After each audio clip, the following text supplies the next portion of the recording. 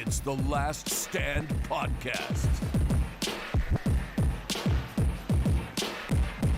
And here's your host, Brian Custer. That's right, The Last Stand, the unfiltered, straight talk from some of the biggest names in sports and entertainment. And today's guest comes from the sport of boxing. He is one of the longest reigning current world champions, going on nearly 6 years now. He is the WBC Featherweight Champion of the world, known as none other than Mr. Gary Russell. Gary, welcome to The Last Stand. Man, thank you for having me, man. It's definitely a pleasure. Great to have you on the show. And it's always hard to start one of these off, but certainly condolences to you, condolences to your family on the passing of your younger brother. How is your family? How are you coping? It's difficult. It's definitely difficult, man. My family, they taking it one day at a time. They're taking it one day at a time. It's hard because I'm the oldest out of the boys, and a lot of the weight is falling on my shoulder, trying to handle things and get funeral arrangements and stuff like that. So it's a difficult time, but we're using it as fuel. All energy is transferable. We just have to find the correct way to be able to manipulate it and utilize it as fuel, and I think that's what we're doing. Has his death put any things in perspective for you personally? Nah, definitely, man. It's definitely put things in perspective. I have 6 children, 5 of them that actually live with me. I had one before I was married. And it's just tragic, man, to see that my younger brother left his 4-year-old son, his 8-year-old daughter, and his 7-year-old daughter, behind. They're royal by blood. They're royal by blood, and I feel like there's no one else for the job, but me and my wife. So I take my hat off to my wife for being the woman that she is, for sticking by my side, coming to me and letting me know that she got my back, she's going to support me, and that she's willing to step up to the table and help me raise my younger brother's children as if they was ours, so that means a lot, to have that support system from my wife. So it's a hard time, man. It's difficult, man. It got me doing stuff that I really don't want to do. I don't even want to think about, but I got to deal with it. So we're going to. Yeah, to lose somebody at the age of 26 is as young as that young man was, it's got to be heartbreaking. Was it something? Did he have an underlying health ailment, or was this a total shock to the family? I mean, honestly, it was a total shock to the family. It's crazy, man. Just the love and energy, that my brother had. He was a naturally happy person. He was full of energy. And during the candlelight, we had a candlelight visual for my brother last Saturday, and a lot of people showed up. A lot of people showed up from the area, people I knew, people that I didn't know, different neighborhoods that do not get along with one another at all. They all came together. They was running across people, or maybe seeing people that they didn't like or didn't have any odds with, but everybody pressed pause and paid their respect. It was nothing but love, and I want to just tell the people from the city that I genuinely appreciate the love and support that y'all came out and showed for my younger brother, as well as to me and my family. It's tremendous. We really are a product of our environment. It helps mold us into the individual in which that we are today. Yeah, I mean, that just shows the love that they obviously have for you and your family. And again, for him to be just 26 and to die from a heart attack is just tragic. Obviously, you're one of the best fighters in the world. You know, the last time we saw you in the ring was way back in February. When will we see Gary Russell Jr. back in the ring again? I'm not sure as of yet. You know, I do have to defend my title within a certain time frame. I do know because of this coronavirus. I mean, they put everything in shutdown. We do have a grace period of that. You know, so I'm not as sure I'm ready to defend my title. Like I say, I'm so frustrated. I'm so hurt. I have so many different emotions going on, but I got it all bottled up. And somebody got to get some of this shit. Somebody got to let me get it off my chest. So whoever my next opponent is, it don't matter.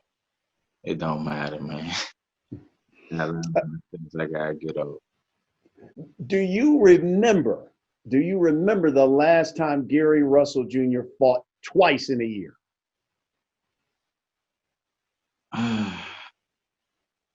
Well, I really probably don't. I don't remember, man. It's just a list of.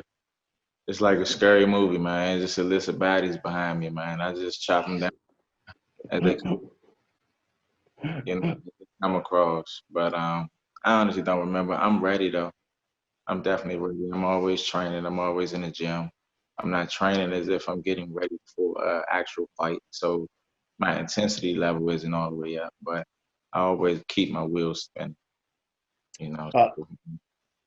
2014, last time Gary Russell Jr. fought twice in a year. Let me ask you this. Why is it that it seems like then since for 6 years now, we've only seen Gary Russell fight once a year?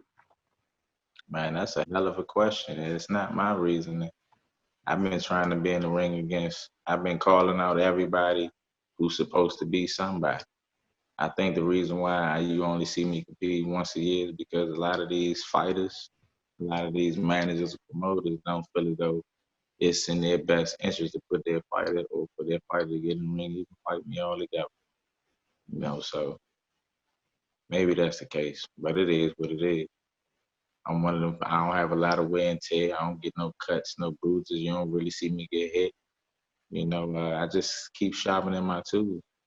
They think I guess people waiting for me to get old or whatever. You know, like these guys got good matchmakers. It's a difference. I don't need a good matchmaker. I can get in the ring with anybody they put across from. I got the skill set and the ability to be able to deal with whatever comes my way. A lot of these other guys, they need good matchmakers. Let me ask you, are you satisfied fighting once a year? No, I'm not satisfied fighting once a year. I'm not at all satisfied fighting once a year. I would love to be able to compete and display my skill set and my abilities to my fans, to the people that genuinely love the work and the effort that I put in. You know, but I play with the cards that's dealt. I don't make a lot of excuses. I don't really whine or complain. You know, we gotta lace our boots up a little tighter and just keep pushing. We one of them people that always kind of got it from the mud. Nothing ever came easy for me and my family. We always had to go and get it. We had to dig deep. We had to get dirty. And it felt like the dirtier that we got, the better the reward was. You know, so stay persistent, stay focused, stay tunnel vision. I was reading up on some of your past four fights and all of the write-ups on your past four fights was obviously all victories. They all ended kind of the same way. And so I wanted to ask you this. It seems to be a perception that Gary Russell Jr. wants big fights, but is satisfied. They would always say fighting his mandatories. Is that true? Hell nah, that ain't true. Hell nah, that's not true. What people fail to realize is, of course, I wanna fight. I wanna fight these guys that they supposed to be the best. I've been champion longer than half of these guys, or some of these guys have even been a professional fighter. You know, so why not get in the ring with me? I think the sport has been watered down enough. You have people that's participating in the sport of boxing, these YouTubers and et cetera.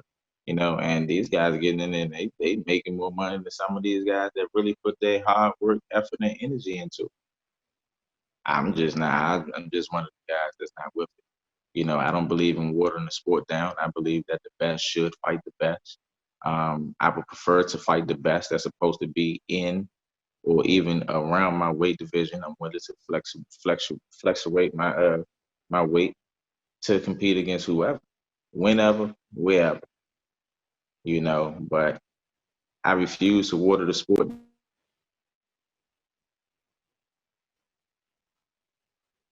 I refuse to water the sport down and fight a complete bum or uh nobody, somebody that they know that I'm going to beat up on or something like that. If that's the case, I'd rather just fight my mandatories. To the fans and the people that don't know what the mandatories challenges are, these are the next best guy to the champion. And the mandatories had to work their way up the rankings within a sanctioning body. You know, they had to beat everybody in order to be the number one contender to challenge the champion for the title, which means the last 3 or 4 guys I've been fighting has been the next best guy. Look at the JoJo Diggs. He was a mandatory. He became a world champion by beating Tevin Farmer's ass. Good. You know, and it was a whitewash when I fought. I made it look easy. You know, and that's no disrespect to JoJo, but that just goes to show, you know, of the talent and skill set that I've been put up there against by competing against the mandatory challenge. King Tut, he was a hell of a fighter. I would like to see, you know, a Leo Santa Cruz or one of these guys fight a King Tut. Let's see how that fight will turn out. I think it'd be a real interesting fight. You know, actually, King Tug beat the guy that Shakur Stevenson, you know, lost to in the in the Olympics. Shakur lost to him in the Olympics, and King Tug beat him in the professional. You know, so that speaks volumes on the pedigree of the people that I'm competing against. So I refuse to water the sport down and just fight a nobody. So yeah, I will fight a mandatory challenger. I'd rather fight a mandatory challenger than to fight just a random Joe Blow and just knock somebody out. Come on, man. Who does that? Mhm. Are you done at 126? Will we see you next campaigning at 130? It depends. It depends. Like I say, I'm willing to fluctuate. I'm willing to fluctuate anywhere from 126 to 130 to 135. And if anybody got anything slick to say out their mouth in any other weight class, I'm willing to meet them halfway too. That's just what it is. You know. Because 130, I mean, you got from Leo Santa Cruz, Chris Colbert, Shakur Stevenson, Jamal Herring, Carl Frank. I mean, it seems like there's that division in 135 all of a sudden has become really hot. Yeah. Well, I want to get in the mix right with you. You can drop their ass in this hot grease. It don't matter. It don't matter. It don't matter. At this point, man, I just got a lot on. I got a lot on my shoulders, man. I got a lot on my chest. I got a lot of frustration, man. I got a lot of anger. I got a lot of hurt. I got a lot of stuff that I gotta get off, man. You know, when I think about my younger brother, you know, and what was left behind, it's just few. Whenever I'm at home and I get a thought, I just go to the gym. I don't care if it's 2 in the morning, 3 in the morning, 4 in the morning. I'm gonna get the fuck up and I'm going to the gym. I'm about to go work out real hard. I'm about to grind real hard. You know what I'm saying? Like, man. So you had some really public social media beefs with, you know, Leo Santa Cruz, Tank Davis, Devin Haney, Terence Crawford. And none of these fights came to fruition. And so you hear boxing fans, they say, Gary Russell is a guy who just cries wolf. What do you say to that? I mean, everybody's entitled to their own opinion, man. They're entitled to think what they want to think. I bet you they won't get in the ring with just like all these other fighters that I've been calling out, all the people that y'all named. The one thing that's factual was I've been trying to fight every last one of them. Nothing transpired, not because of me, but because of something on their end. So people got to have a little bit of common sense and stop saying stupid stuff out their mouth. If it was up to Gary Russell Jr., name your next 3 opponents. You said this guy next, this guy, this guy. I want Tank off the rip. I want Tank off the rip. Yeah, I want Tank. I definitely want a Leo. I mean, not Leo. I don't, for real. Leo will still get his ass. I still get Leo. I still spank Leo. But we gonna scratch him for now because he just loves. We gonna scratch him off the list. So Tank definitely for sure.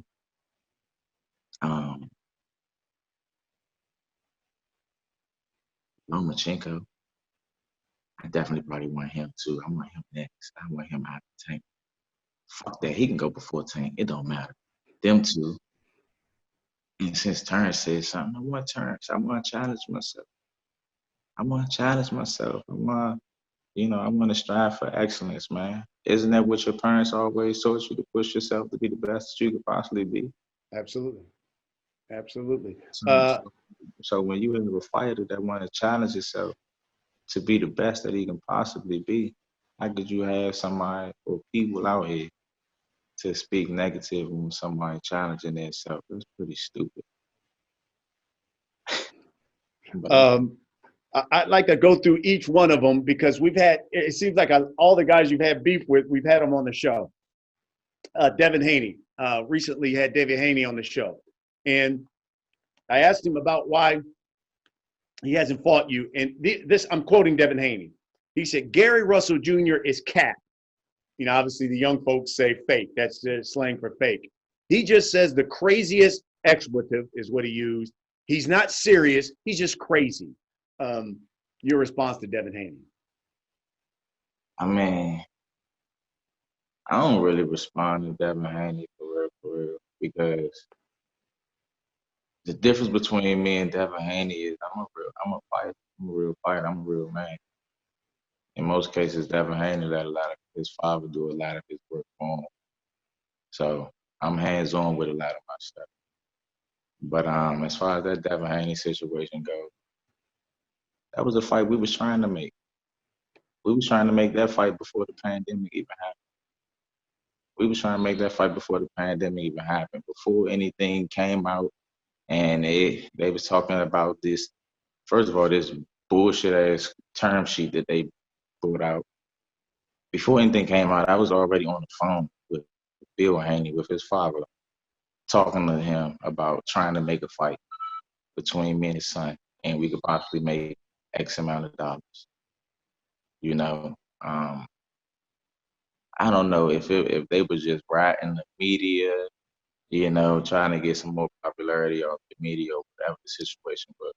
But I was always trying to make the fight happen. And what was wrong with the term sheet that they sent? What was the issue? I mean, he first of all, he sent the term sheet, and the term sheet didn't have the zone or Matchroom on the term sheet. Basically, he sent me a blank contract. Don't have. First of all, if we're gonna fight, I need to know what network we're gonna be competing on, and who's the promotion, who's gonna be promoting what's going on. They sent me a term sheet basically saying, here, Gary, sign this paper, and basically I'm gonna get back with you. And I'm gonna go and holler at them and see if they're gonna get on board. Nah, that's not how you do business. You don't do business that way. Not with me. So, you know, you gotta be a little more thorough.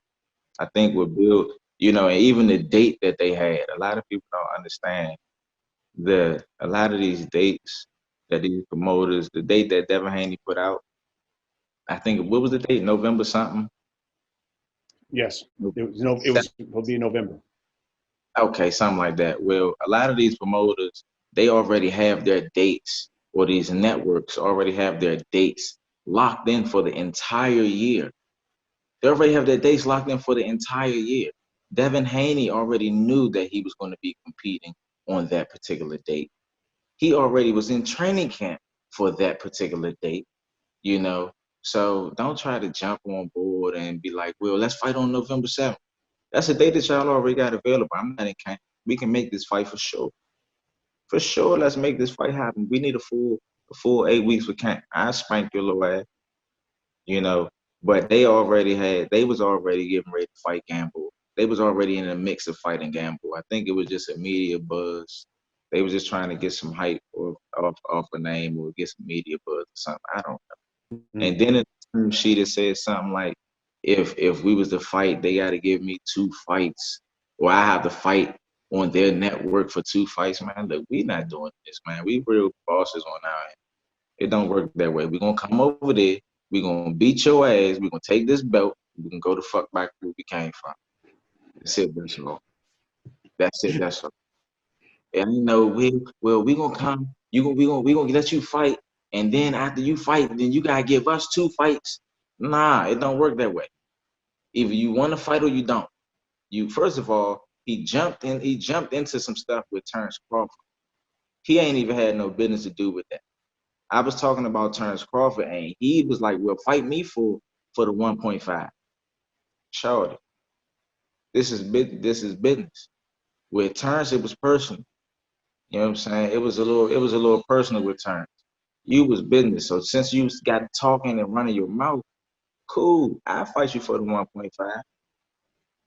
So they sent this bullshit term sheet that says that if they fight me, I have to fight 2 times on there. Nah, I don't want none of that. We're gonna do 1 fight. I'm gonna spank your ass. I'm gonna take the strap, and we can go back over here. You know what I'm saying? Like, it don't work that way. So that's pretty much what was going on. And then in the midst of everything, my father, ended up going into the hospital. He had diabetes issues. So it's just been a lot of family and personal stuff that was going on. And then I kind of just fell off the whole thing with that. They was full of games anyway. So I just left it alone. We had Tank Davis on as well.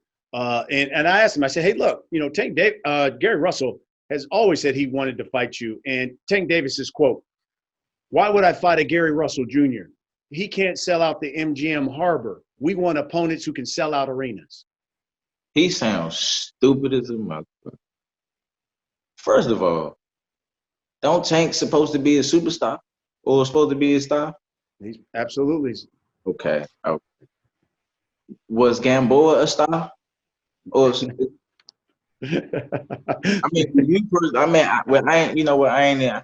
I'm one of these intellectual guys, so I ain't even gonna ask you that question. I'm just gonna put it out there to the people. Gamboa ain't no star, but you'll fight a Gamboa, but you won't fight a Mr. Gary Russell Jr. You sound like you making excuses. What do you mean? We would sell out anywhere. DC, Maryland, Virginia. You pick it. You pick the arena. It was man, everybody and their mother and their grandmother would be there. Everybody to witness me spank that ass. You know it. Floyd know it. And let me tell you something. That fight would be really something. On the surface, a lot of people would say, Gary, Tank is too big, too strong. Who cares? Who cares? He fought a Leo Santa Cruz that was originally a 122-pounder, realistically. You know what I'm saying? And for that, he moved up to 126, and he did his thing. He became a champion at 26. But he based his whole career off of fighting smaller people, smaller guys. Everybody he's fought has been someone that's been moving up in those weight. That's cool, but they don't have the skill set or the intellect behind it. And Leo was a smaller guy that was beating Tank ass. If people want to be realistic about it, he was touching Tank. In my personal opinion, Leo won at least. To be fair, I say Leo won at least a clear 4 of the 6 rounds that I seen. Clear. I'm talking about crystal clear. Tank was getting gnats on his head and on his eye and everything. I mean, man, Matchmakers.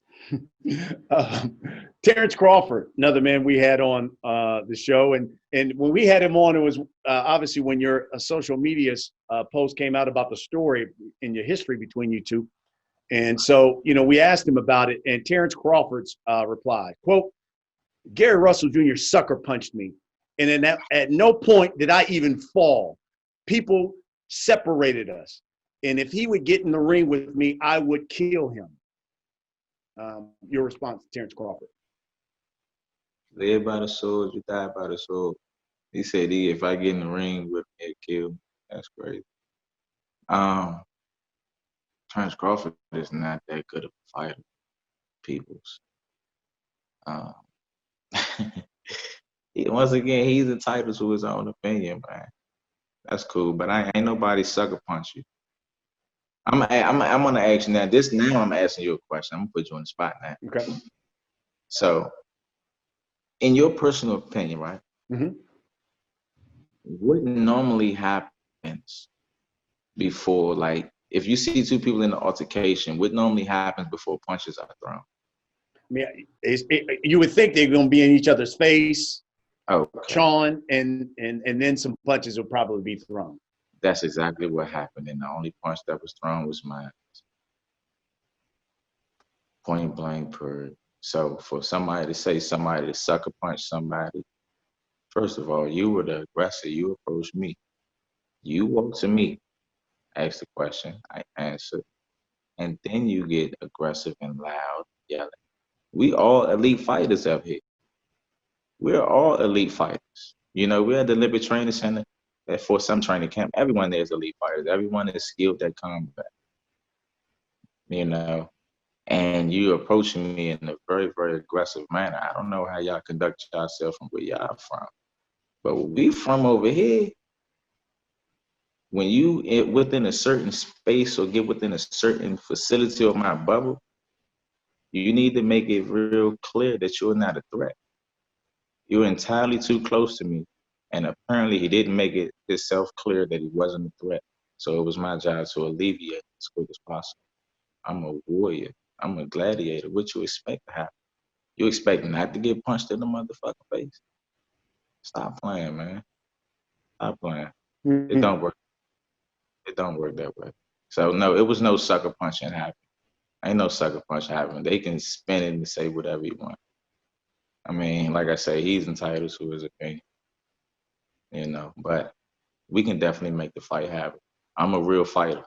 Once again, I don't need a matchmaker. I'm a real fighter. At the end of the day, I don't care what happens. I'm willing to challenge myself, push myself to be greater. If he wants to be, if he want to be that lab rat, to test it on, cool beans. I'm right here for it. Many consider him pound for pound best fighter in the world. I don't care about the pound for pound list. I don't pay the pound for pound list no mind. The pound for pound list clearly is not based upon talent. The pound for pound list in my eyes is nearly based upon popularity. That's it, that's all. The pound for pound list is not about based upon talent. It's nobody in the sport of boxing right now. It's nobody in the sport of boxing right now that brings the stuff that Mr. Gary Russell Jr. brings to the ring. And I can name them. I mean, you can mention now this is no disrespect to none of these fighters. But if they was to take it as a disrespect, then I'm all man. So it is what it is. But once again, it's no disrespect. You know what I'm saying? Y'all can take it how you want. It's nobody in the sport of boxing right now that's competing that has the skill set and bring what I bring in the ring. Not a Earl Spence, not a Deontay Wilder, not a Danny Jacobs, not a whoever, not a Tyson Fury, not a none of these guys or whoever's supposed to be elite, not a Gervonta Tank Davis, not a Leo Santa Cruz, not none of these guys. Not a Sean Porter. I mean, I can keep going down the list. I can keep naming people. Not none of these guys in the sport of boxing, or what's the little young guy, Ryan Garcia, even the Lomachenko, or what's the other dude? Teofimo. tell the female, I don't want to leave nobody out because ain't nobody exempt from this shit that I'm saying right now. Anybody that you could think of in the sport of boxing, don't none of them bring the skill set in which that I bring in the square.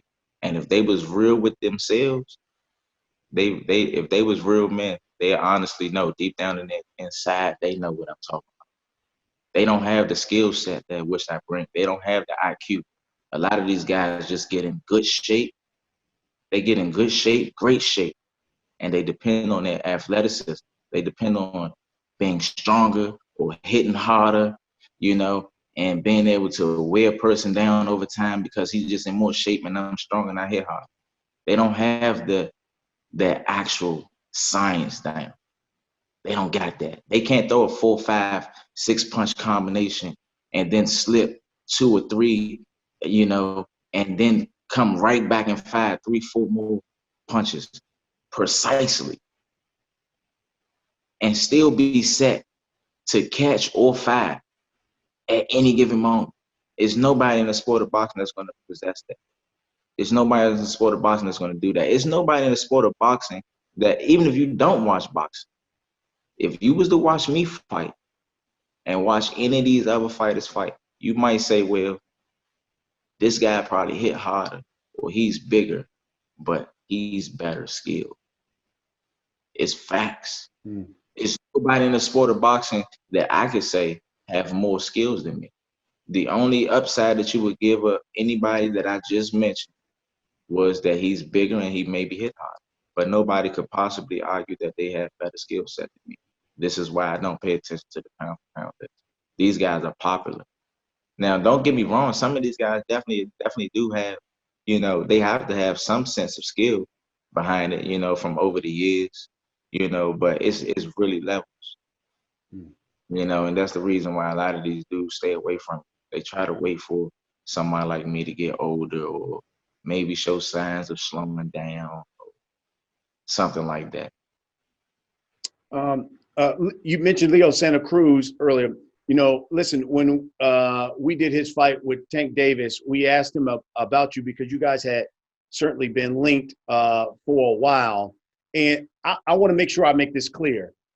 At no point did Leo say it was on you, but he did say that he had been presented a fight with Gary Russell Jr., and I assume it was from the Heyman side. And he said, absolutely, let's do it. And he said after that, he didn't hear anything more. And then they came back to him and said, what about Tank? So he didn't insinuate at all that it was you, but he just said it just went away. So whatever happened between you and Leo, why did that fight never come to fruition? Say that. Could you repeat what you just said one more time? Sure. So when we talked with Leo Santa Cruz, when he was getting ready to fight Tank Davis, one of the things that we asked him in the fighter meeting was, you've been linked with Gary Russell Jr. for so long. Why have you guys not fought? And he said that at one point, the Heyman people did come to him and say, what about Gary Russell Jr.? And he said, absolutely, let's do it. And pause right there. If that's the case, that shit never came my way. So if Leo is saying that he said, absolutely, let's do it, then why the fuck didn't it get done? Because you both have the same manager, right? Yeah. I'm ready to make shit boogie. So that's the question, you know. Ask the fans what the fans think. Yeah. I mean, I don't know because I'm ready to go. I've been ready to go. See, the thing with Leo is, people think things was personal. It was never personal with me. It was never personal with me. And people was thinking that I was going to do something to his father. I was never going to do anything to his father. You know, I was just trying to, you know, at the end of the day, we're entertainers. It's a form of entertainment. I wasn't going to do anything with creating any harm to his father. You know, I actually respect his father. I mean, I wanted to promoting the fight. Let's make this fight happen. You know, that's it. That's all, you know. So it was never no disrespect, you know, and nothing like that, or it was never personal with Leo. You know, I just think that I honestly think it's cool because we came up in the amateurs and we was one of the best in the amateurs, and now to come up in the professionals, and we still right here boogieing. You know, that's what's up. No, the unfortunate part is he's still near or around my weight class, so he's still fair game, you know. But it's nothing personal. It's not personal. Well, I assume and he laughed about it, but it must be a little personal for him because I guess you beat him in the amateurs, and he says he wants his get back. So it is a little obviously it must be personal for him. My question for you, Gary, at what point did you know you were gifted as a boxer? To be honest, it was when I competed in the Junior Olympics because I never wanted to be a champion. That was never a plan of mine. A lot of these guys, they grew up wanting to be a world champion. I never wanted to. I grew up in that era where though I wanted to be an Olympian. You know, I wanted to be an Olympian. Like that was it. So I think I was 14. I was like 14. I was good because I was beating kids in my area. You know, I was beating kids, you know, regionals and stuff like that. I won like the junior tournament. So when I went to the Junior Olympics, I'm like, man, it's like the big thing right here. Like, I'm at the Olympics, you know. So, and I won the whole thing. I knocked. I remember this tournament, the Junior Olympics. I knocked everybody out in the tournament. So I won the nationals. I won the national Junior Olympics. Then we had to compete internationally against guys from out the country, and I knocked everybody out. Or I stopped everybody there. It was then when I was like, oh yeah, I'm good. I'm good. So a lot of the guys that's in the sport of boxing now, they was there. Sean Porter, he was actually my roommate at that tournament. Oh, You know, Sean Porter, he was cool. Boo Boo, he was at that tournament. Demetrius Andrade. Mm-hmm. Andrade, they was at, yeah. So it was at the tournament. We had a lot of fun. I think one thing I like, your family's kind of like George Foreman's family because he has a lot of boys and he named all his boys George. And so your father, obviously the patriarch of the family, and how many brothers do you have? But I thought it was interesting that he named all of you guys Gary. Tell me why. What was the reasoning behind that? I mean, he got 6 boys. He had 6 boys. I don't know. I heard that him and my mother, they decided that if we had a girl, that my mom get the name. If it was a boy, he got the name. And I guess he just wanted to keep his name moving. He wanted to keep his name pushing through his children. You know, some people say lack of creativity. I tend to beg to differ. I think, you know, a lot of times people fail to realize back in the day, before civilization was really civilization, people had the concept that if you had a daughter, you couldn't really pass your name on with a girl because if they was to get married, they was to take someone else's name. You know, so when you have a boy, you get to pass your legacy on. You get to pass your name on. You keep your name open. And my father seen 6 opportunities too. And I think he used them all real wisely. That's cool. What do you think about these YouTube fighters that have all of a sudden become the rage? We now see Mayweather is going to fight Logan Paul. Are these kind of fights, are they good for the sport? I'm biased. I'm biased because I'm a fighter. I'm unbiased because of the hustle. You know, so it's bittersweet. It's bittersweet. You know, I would never knock somebody else for trying to make their money, for putting food on their baby's plate or on their plates. I would never try to take from that or knock anything down from that. I just think that me as a fighter, knowing all the hard work, the effort, the energy, you know, that I've honestly put in, you know, watching the blood, the sweat and the tears and the years and years of sacrificing and preparation and just for someone who did none of that work at all. All they did was just sit on YouTube and just make videos and stuff, and then they decided to make a fight, and they generate just as much revenue as the people that's putting in this hard work. I don't like that. Mm. I personally don't like it. Mm. So it's bittersweet because I get it. Shit, I mean, I ain't gonna knock you for making your money. I understand, but it's definitely always a flip side to that coin. Mm. What about these exhibition fights that we see now with like Mike Tyson, and what do you think about those?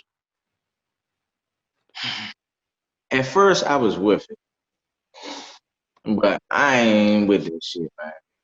I ain't with it. I ain't with it, man, Tell me why. because man, they got this no knock. I heard it was no knockout rule. Can't nobody go for the knockout. This that once again, man, the sport is being watered down enough. We real gladiators. We real warriors. What I used to really really like about the amateur tournament? They had this thing called the Masters division. I used to love this shit. I love this shit. The Master division, and I always won every tournament. I won every tournament that I competed, except for the Silver Gloves. That was the only tournament I never. Every other tournament I fought and I won. I won every tournament. But I will stop and press pause and go and watch the Master Division because it's like these older guys, like they Yeah. old. You know what I'm saying? But they give me everything that they had, and I just love the real warrior mentality, the gladiator spirit. And I feel like they kind of they're tainting or watering the sport down by putting these limits or, these rulings and stuff on it. Then you got these guys that don't even box at all. They just competing, and now you got world champions competing on their undercard. What the fuck? How disrespectful is that? Wasn't that Devin Haney? Yeah. Haney, right? Yeah. Devin Haney is fighting on the undercard of a YouTuber. That's disrespectful, Devin, whether you realize it or not, Charlotte. I don't know if your father knows or whatnot, but that's just like disrespect. Real men ain't paying for them shit like that. Gary Russell Jr., for everyone who watches the show, we allow them to submit questions via social media, and they came obviously raining down for you. So let's get right to them. This one comes from Twitter from @Mr. Keels. He says, is unifying at 126 a priority or becoming a title holder at 130? That's a good question. But to be honest with you, I'm gonna let the fans in on a little secret. A lot of these fighters don't want to fight me with the title. A lot of these guys that's in the sport of boxing that had the opportunity to compete against me, they did not want to compete against me. Carl Frampton could have competed against me. He didn't. Leo Santa Cruz had years to compete against me. He didn't. Lee Salisbury, he had an opportunity to compete against me. He didn't. Shakur Stevenson, he had an opportunity to compete against me. He didn't. So a lot of these guys, they want the title. They want the belt. A lot of these guys don't even want to fight me for the belt. So I feel like it's in my best interest to hold on to whatever leverage I do have. So I will maintain my 126 title.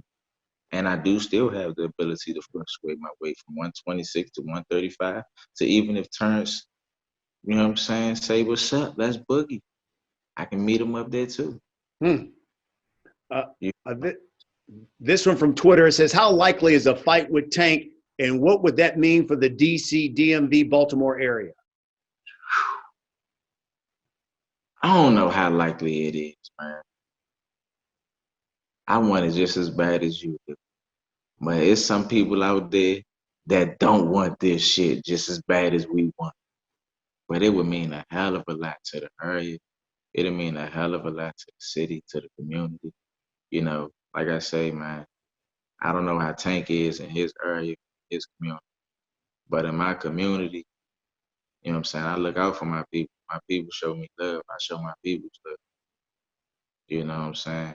It's people in my community that will probably never have the opportunity to really make something out of themselves. But I'm one of them individuals that give hope. I give them a little bit of hope to show that it is somebody, a product of this environment, that can get out of this shit. as long as you put your mind to something and keep grinding. So it's genuine love. Everybody would come out for that. Everybody would come out for that fight. It'll mean a word. And I mean, a fight is a fight. Anything possible, Tank. Anything possible. Don't you hear her? Try to get lucky or something, but you gotta grow some nuts to do that, y'all. Tell Floyd to come make something shake, man. I'm willing to This make one, mine. this one from Twitter, it says, what young talent around 126 to 135 has caught your attention? Nothing. Mr. Gary Russell Jr. This one from at Daily Boxing on Twitter says, who is on the Gary Russell Jr. hit list? Well, I answered that already. Yeah. And yeah, I definitely want to Tank. I definitely want a Lomachenko. I definitely, you know what I'm saying, if fight materialize with Bud, I fight Bud too. Shit, I want Bud too.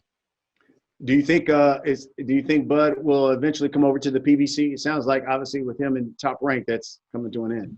To be honest with you, I think now this part right here isn't personal because at the end of the day, don't get me wrong. Don't get it twisted. I'm a real man at the end of the day. You know what I'm saying? Me and Terence, we had our disagreement and etc. And if he got wrong again, I still punch him in this motherfucker. But realistically speaking, you know what I'm saying? Like, I know where we both came from. You know what I'm saying? We both came from the struggle.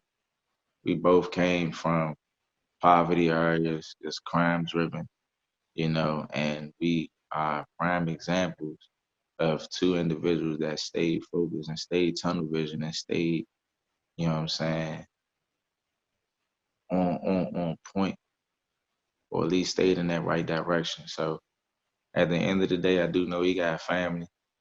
You know, I do know he got a family, etc. You know, I want what's best for our people as a whole. You know, I want what's best for our people as a whole. So it might be best for him to probably get out of that situation that he's in with Bob. You know, because he, at the end of the day, you want to do what's best for you and your career because you got a family to take care of. You know what I'm saying? I got a family to take care of. We all do. That's why we doing this shit. You know, that's what it's just a vicious business, man, a vicious job to be in, you know, but it's an honor to share the field of battle with any of the warriors, any of the fighters. Whether I got something personal with them or not, we still a part of a certain fraternity that nobody else can get into. It takes a certain type of individual, a certain type of mindset, or a certain type of zeitgeist to even want to participate in some shit like that. You know, so we definitely have to have some sort of similarities than that, you know, even with our disagreements or whatnot. I still want to beat his ass. They don't got nothing, you know what I'm saying? I still want to beat that ass, you know, but I understand. I'm a real person. I know he has a family. You know, I have a family. I know at the end of the day, what we both doing this for, you know, and shit, if we was to fight, we both want to make some money for both of our families. You know, why not? This one from Twitter, it says, do you feel your talents are going to waste due to inactivity? Hell nah. Hell nah. I stay in the gym. I stay in the gym. Even when I ain't getting ready for a fight, I'm still moving and shit. Look, I sparred my little brothers not too long ago, man. I worked with my little brothers like 3 weeks, about a week ago. About a week ago. So nah, man. Nah. Inactivity ain't gonna do nothing. For real, this just give me more time to sharpen my tools. This one from at Johnny U on Twitter. He says, Gary, why do you call out fights you have no intention of fighting? He don't know what he's talking about. Okay, Gary Russell Jr., we've come to the last segment of this show. We call it The Last Stand. I'm going to ask you a series of questions, Gary Russell Jr. I just want the first thing that comes to your mind. You ready? I'm ready. Who's got the fastest hands in boxing right now? Gary Russell Jr.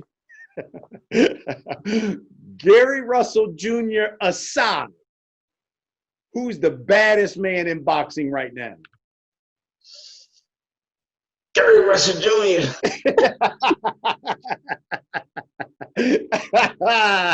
But Gary Russell Jr. aside, You said who's the the first baddest? thing, man. That was the first thing. That was the first and the second thing, man. Okay, man. I'm sorry, man. I'm just being weird. Okay. Out of all of your younger brothers, which one do you believe will be the next big thing? Which one do I believe would be the next big thing? Oh, next big star, the next big star of boxing. Man, the first one, whoever gets the opportunity to become first would be the one that would be the next big star. Both of my younger brothers have the ability to be stars. Both of my younger brothers had the skill set, as well as, the tenacity, the aggression, and is matched with the poise, to actually be a star. I think that's based upon whoever gets pushed first, whoever gets that platform first. It is whoever get it first, but both of them got it. Both of them got it. Who is the one fighter that just Gary Russell Jr. cannot stand? Lomachenko. Mm. Lomachenko. Tell me why is that? Why is that? Because he got motherfucking lucky. He got a gift. He got a gift. He got a gift. He got a gift. If I was smart, see, you gotta understand, man, that was my first opportunity to compete for a title.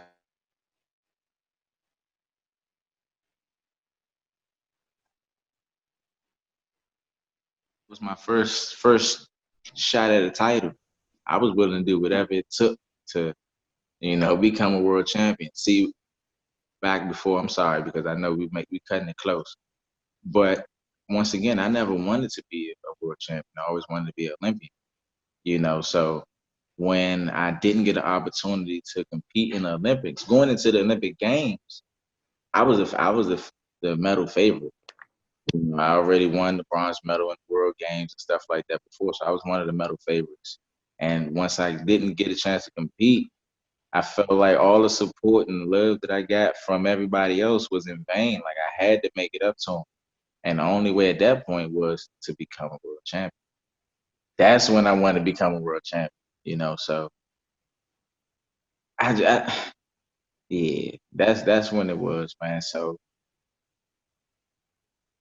yeah, man, I had to make it up to my fans by becoming a world champion. And with that Lomachenko fight, the scale that we was making weight on the entire 8 weeks of our training camp was wrong. We were 5.5 pounds overweight. We were making weight on this particular scale, thinking that we were on weight. And when we get down there and actually have to use the scale, we have to lose 5.5 pounds. Ooh. If I was smart, now once again, I didn't have the information at the time, but we lost all that weight in the sauna.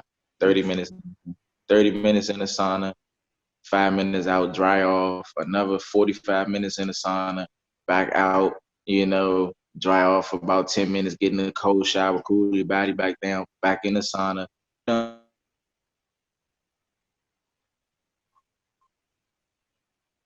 And we actually repeated this process until we lost all this weight. Now, I'm a dog at the end of the day. If all else fails, you're going to have to take me out of my shield. Ain't no quitting, ain't no nothing. But I physically, honestly, just didn't have the energy to do anything in that fight. After the first round, I was completely tired. Yeah. I was completely tired, and I remember my father saying, man, you don't got no energy. You just got to try to punch when he punches. I ain't had the energy to do anything. And we still fought. It was a knockdown in a fight that wasn't called, and it was still a split decision fight. He couldn't even stop. He couldn't even stop me or knock me down at my weakest form. At my weakest form. So people got a false sense of security.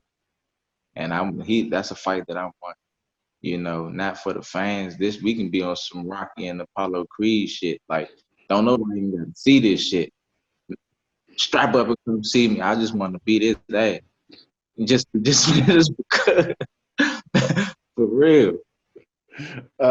Very last question.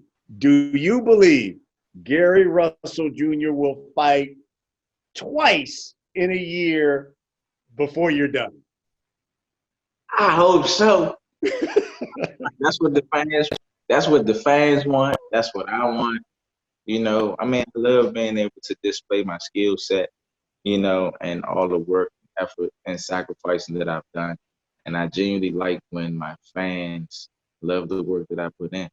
You know, I mean, it's an honor to be able to perform in front of the people, you know, the people that like me and even the people that dislike me. It's still an honor. You know what I'm saying? You got watch a master at work.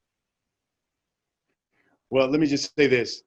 It's been an honor that you did this, Gary, and especially in light of everything that you and your family is going through. Again, you got my condolences, and I just appreciate you. I've always appreciated you, and I just appreciate you doing it, my brother. Man, thank you, man. I appreciate the love. To all the fans, man, that support me, man. Thank y'all. To the people that dislike me, I'm cool with that, man. Stay tuned to BW next fight, your favorite fighter, man. Man, That's what we do on The Last Stand. We bring you the biggest names in sports, like Gary Russell Jr., the WBC featherweight champion of the world. Thanks for watching, and we'll see you next week.